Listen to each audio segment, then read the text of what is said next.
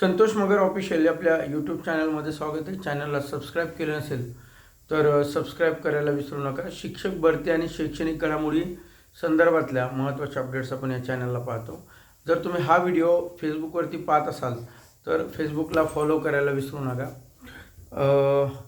शिक्षक भरती व इतर काही घडामोडी आहेत त्या घडामोडी संदर्भातला हा व्हिडिओ आहे. एक महत्त्वाचा निकाल आहे आणि तो निकाल आहे मध्य प्रदेशचा उच्च न्यायालयाचा मध्य प्रदेशचा. आणि तो निकाल आहे शिक्षण सेवेत म्हणजे प्रोबेशनरी पिरियडच्या संदर्भामधला. आता याच्यामध्ये काय सांगितलं आहे तर महाराष्ट्र राज्यातील समजा आता शिक्षण सेवक रद्द करण्याच्या आपल्या न्यायालयीन लढ्याला या निर्णयामुळं मोठी त्या ठिकाणी पाठबळ मिळालेलं आहे. सर्वांना माहिती आहे की कोल्हापूर उच्च न्यायालयामध्ये आपली पिटिशन दाखल आहे आणि पूर्ण वेतन दिल्या जावं, शिक्षण सेवक कालावधी रद्द करण्यात यावा यासाठीची ही याचिका जी होती या याचिकेला मध्य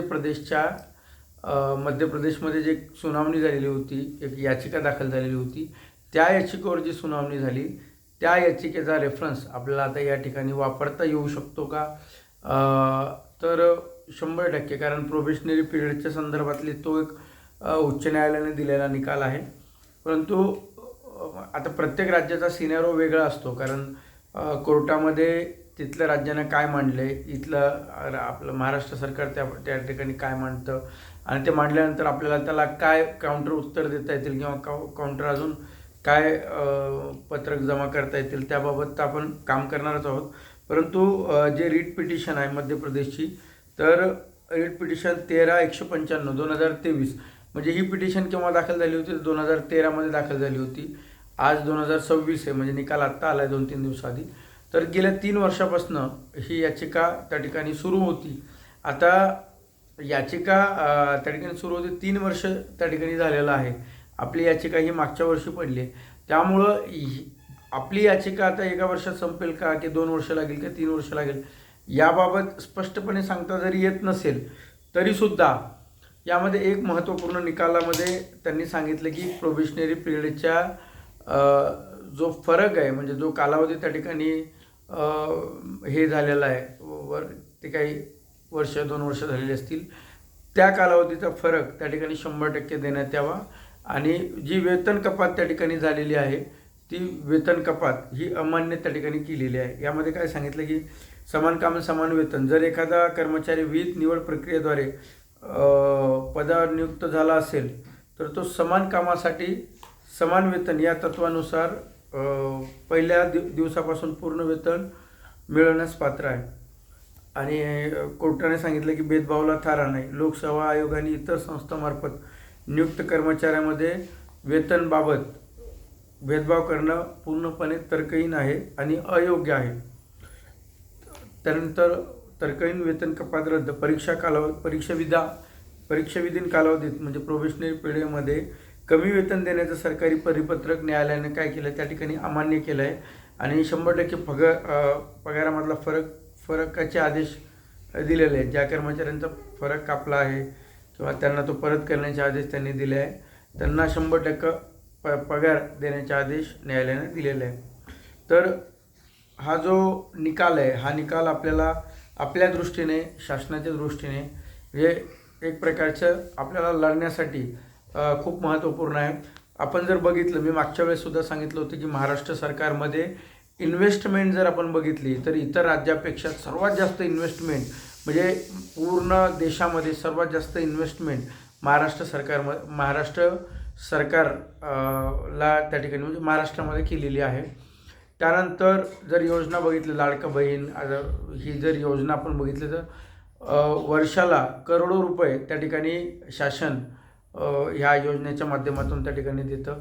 आणि सरकारनं सुद्धा एक सांगितलेलं आहे, सरकारनं सुद्धा एक त्या ठिकाणी सांगितलं आहे की आमच्याकडे म्हणजे उच्च न्यायालयामध्ये ज्यावेळेस याच्या विरोधात याचिका दाखल झालेली होती त्यावेळेस न्यायालयाने सांगितलं की आमच्याकडे सरकार हे देण्यासाठी सक्षम आहे, आम्ही आर्थिक सक्षम आहोत.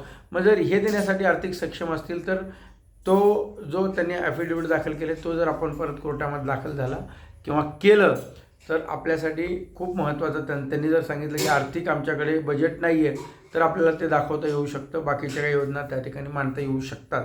त्यामुळे निश्चितपणे एक पॉझिटिव्हली आपल्याला हे कोर्टामध्ये पिटिशन आपल्याला याच्यातून फायदा त्या ठिकाणी होईल लवकरच. म्हणजे 30 फेब्रुवारी मला वाटते 30 जानेवारीला त्या ठिकाणी सुनावणी आहे. आपण पाहूया 30 जानेवारीला काय घडतं, त्यानंतर पुढचे अपडेट आपण बघणारच आहोत. त्याआधीसुद्धा शासनाने यावरती काय म्हटलं आहे, म्हणजे शासनाचं काय धोरण आहे, शासनानं त्यांना आदेश दिलेले आहेत की तुमचं मत किंवा ॲफिडेविट त्या ठिकाणी सादर करावं. तर त्यामध्ये काय आत्तापर्यंत दाखल केले किंवा काय करणार आहेत याचीसुद्धा आपण माहिती लवकरच घेणार आहोत. आणि ते सुद्धा आपल्या विद्यार्थ्यापर्यंत पोहोचून आपल्या शिक्षकांपर्यंत आम्ही तर सांगूच, परंतु यामध्ये काही पॉझिटिव्ह करता येईल का, त्यासाठी सुद्धा आपले प्रयत्न त्या ठिकाणी सुरू राहणार आहेत. ही झाली वेतनच्या संदर्भातली माहिती किंवा शिक्षण सेवकाच्या संदर्भातल्या कोर्टातली माहिती. TETच्या संदर्भातला निकाल जो आहे तो निकाल ह्या पुढच्या एक 10-12 दिवसामध्ये लागणार असल्याची माहिती परीक्षा परिषदेच्या माध्यमातून आपल्याला मिळते.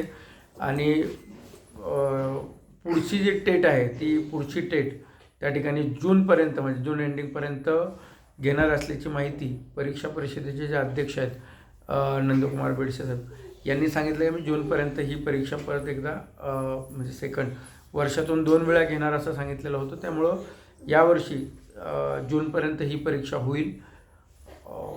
आणि जो निकाल आहे TETच्या संदर्भातला तो TETचा निकालसुद्धा येत्या 17 तारखेच्या आसपास लावणार असं त्यांनी सांगितलं आहे. परंतु एक 20-25 तारखेपर्यंत आपण पकडून घ्या की 20-25 तारखेपर्यंत हा निकाल त्या ठिकाणी लागू शकतो.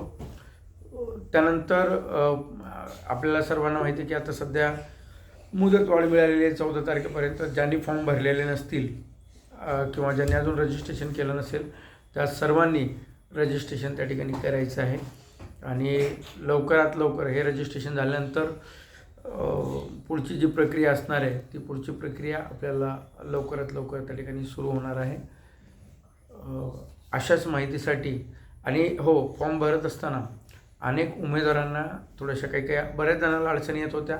मला कॉल करून अनेकांनी त्या अडचणीसुद्धा सोडवलेल्या आहेत.